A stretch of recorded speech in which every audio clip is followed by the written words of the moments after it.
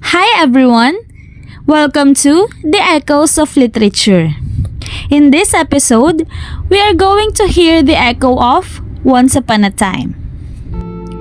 The story begins with an author being asked to write a children's story but refused.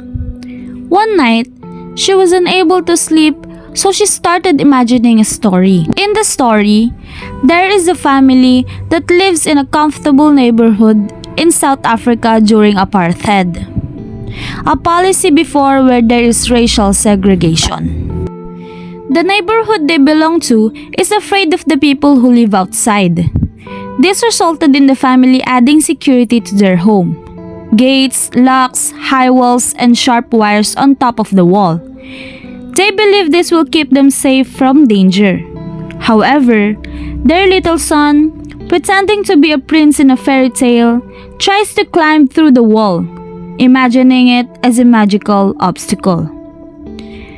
Though the family attempts to save him, tragically, the son got caught in the wires and died. In the end, the family thought that the danger was outside, but their security ended up being the reason of death.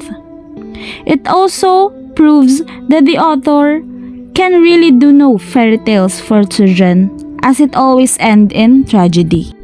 In the analyzation, the story highlights the paranoia of the family, where it started as a protection to oneself but became their own tragedy. In the past, South Africa had this policy of racial segregation or discrimination from high-class to low-class people. The low-class people are considered burglars, thieves, and other crimes. With that, the fear grew within the neighborhood. Social classification is the main issue in this time frame. The outside neighborhood is seen as a threat, danger, and crimes that when there is no security, their lives are in danger. Their psychological thinking made them tremble in fear. That simple security is not enough. They upgraded their securities up to its high-tech tools that some can be ignorant to it, and one of them is the sun. The wandering eyes and imaginative mind made the son think that the walls was a magical stair. So he climbs and expected to see fantasy but rather ends in tragedy. The irony of the story is the family's intentions in securing their home but ends up being the cause of a tragic end. They assume they are safe without knowing that they are the nearest victim in it. The author tries to create a fairy tale but ends up with a sorrowful story.